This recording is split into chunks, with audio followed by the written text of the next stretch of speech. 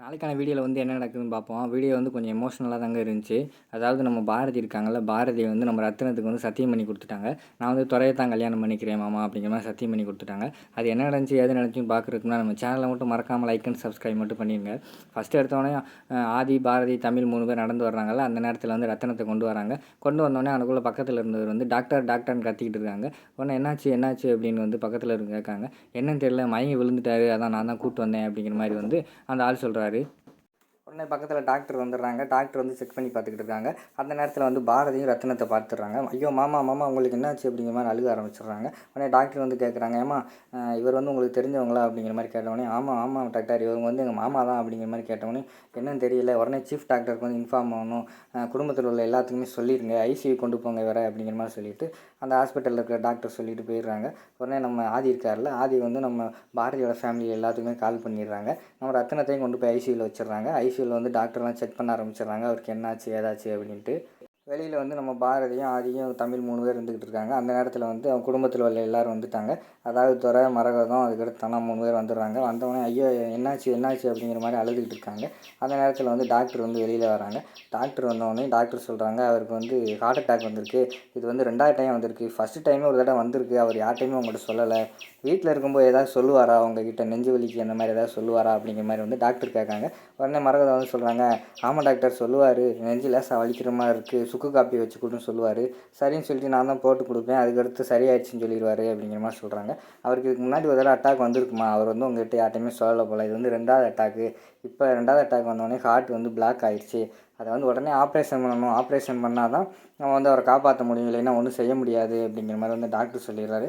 அதுக்கு என்ன டாக்டர் செய்யணும் அப்படிங்கிற மாதிரி கேட்டோடனே, ஒரு 2 லட்ச ரூபா பணம் நீங்கள் உடனே வந்து கட்டிடுங்க, அதுக்கடுத்து நாங்கள் வந்து ஆப்ரேஷன் ஆரம்பிப்போம் அப்படின்னு சொல்லி டாக்டர் போயிடுறாரு. உடனே இவங்க என்ன பண்ணேன் 2 லட்சம் அப்படிங்கிற மாதிரி புலம்பிக்கிட்டே இருக்காங்க. புலம்பிக்கிட்டே இருக்கிறப்ப பார்த்தா கையில் பார்த்தா நம்ம பாரதி வந்து கட்டு போட்டுருக்காங்களா. பாரதி உனக்கு என்னாச்சு, கையில் என்னாச்சு அப்படிங்கிற மாதிரி மரகதம் கேட்காங்க.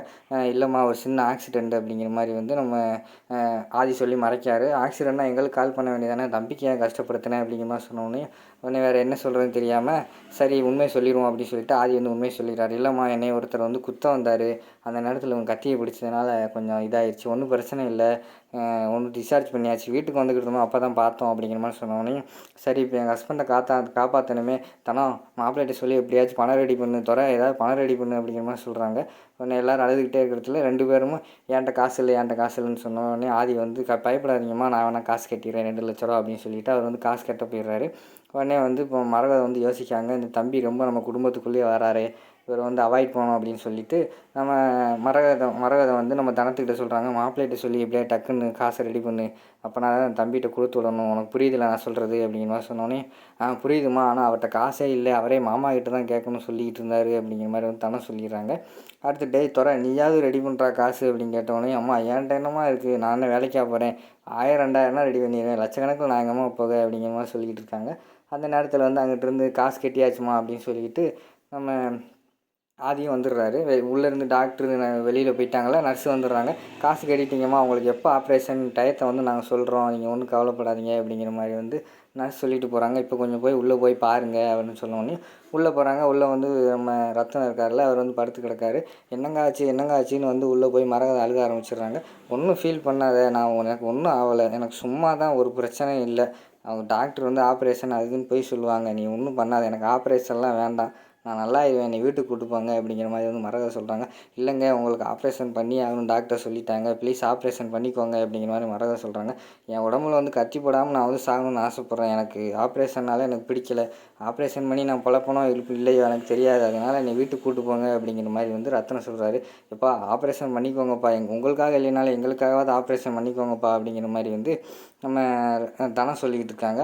உடனே இல்லைம்மா எனக்கு வேண்டாம்மா, பண்ணுறதுக்கு விருப்பம் இல்லை அப்படிங்கிற மாதிரி வந்து விடாப்பிடியாக இருக்கார் நம்ம ரத்தனம். உடனே பக்கத்தில் வந்து தமிழ் பாப்பா போகிறாங்க. தாத்தா எங்களுக்கு நீங்கள் வேணும் தாத்தா, நீங்கள் ஆப்ரேஷன் பண்ணுங்கள், அப்போ தான் எங்களுக்கு நீங்கள் கிடைப்பீங்க அப்படிங்கிற மாதிரி சொன்னோன்னே அப்படியாம்மா சரிம்மா, நான் உனக்காக வேணால் நான் ஆப்ரேஷன் பண்ணிக்கிறேம்மா அப்படிங்கிற மாதிரி சொல்லிவிட்டு, ஆனால் எனக்கு எல்லாருமே சத்தியம் பண்ணி கொடுக்கணும் அப்படிங்கிற மாதிரி ரத்தனம் கேட்காரு. ஐயோ என்ன சத்தியம் கேட்க போகிறாரு அப்படின்னு சொல்லிட்டு எல்லாருமே பதறிக்கிட்டு இருக்காங்க. நான் இந்த குடும்பத்தில் ஃபஸ்ட்டு சத்தியம் கேட்குறது வந்து துறைக்கிட்ட தான் கேட்குறேன், ஏன்னா நான் வந்து ஆப்ரேஷன் தியேட்டருக்குள்ளே போன பிறகு திருப்பி வருவனோ வரமாட்டேனோ எனக்கு தெரியாது, ஆனால் துறை தான் என் இடத்துல இருந்து இந்த குடும்பத்தை வந்து பாதுகாக்கணும், அவன் குடிச்சிக்கிட்டே அலையிறான், துரை எனக்கு குடிக்க மாட்டேன், குடும்பத்தை நல்லா பார்த்துக்குருவேன், எனக்கு சத்தியம் பண்ணி கொடுறான்னு சொன்னோடனே அவர் வந்து சத்தியம் பண்ணி கொடுத்துட்றாரு. அடுத்தது வந்து நம்ம பாரதி பார்க்காங்க. அம்மா பாரதி, உங்ககிட்ட நான் மோங்கிறது கூட பேசுனது இல்லைம்மா, என் பையனை நான் சொல்லியும் நீ கேட்காம போய் கல்யாணம் பண்ணிட்டு வந்தேல, அதனால் எனக்கு வந்து வரட்டு கௌரவம் கோபம், அதனால தான் உன்கிட்ட பேசாமல் இருந்தேன். ஆனால் உன் மேலே எதுவுமே கோபம் கிடையாது. இப்போ வந்து நீ தான் துறையை கல்யாணம் பண்ணணும், நீ கல்யாணம் பண்ணிட்டா கண்டிப்பாக அவன் தெரிஞ்சிடுவான், ஒழுங்காக ஒன்றையும் தமிழையும் பார்த்துக்குருவாம்மா, எனக்காக அந்த சத்தியம் பண்ணி கொடு அப்படிங்கிற மாதிரி கேட்டவொடனே அவங்களுக்கு வந்து என்னடா செய்கிறதுன்னு ஒரு மாதிரி ஆகி போயிடுது. ஒரு மாதிரி அழுக ஆரம்பிச்சிடுறாங்க. நம்ம இங்கிட்டு பார்த்தா நம்ம ஆதி அழுகிறாரு, இங்கிட்டு பார்த்தா பாரதி அழுகுறாங்க. சத்தியம் பண்ணி கொடுப்பியாமா அப்படின்னு சொன்னோடனே மெதுவாக கையை கொண்டு வராங்க. 2 பேரும் அழுதுகிட்டு இருக்கிற மாதிரியே காட்டுறாங்க. கடைசியில் ஒரு வழியாக கொண்டு போய் சத்தியம் பண்ணிடுறாங்க. சரிமாமான்னு சொல்லிவிட்டு அங்கிட்டு பார்த்தா ஆதி சத்தியம் பண்ணோடனே பயங்கரமாக அழுக ஆரம்பிச்சிடுறாரு. அதுக்கடுத்து வந்து ரத்னம் வந்து கேட்காரு, அம்மா என் ஆப்ரேஷனுக்காக சும்மா ஒன்றும் சத்தியம் பண்ணலையம்மா, அவன் மனசார தான் சத்தியம் பண்ணேன் அப்படிங்கிற மாதிரி கேட்டோன்னே ஆமாம் அப்படின்னு அவங்க சொல்லிடுறாங்க. அதோட பார்த்திங்கன்னா இந்த எபிசோடையும் வந்து முடிச்சிடுறாங்க.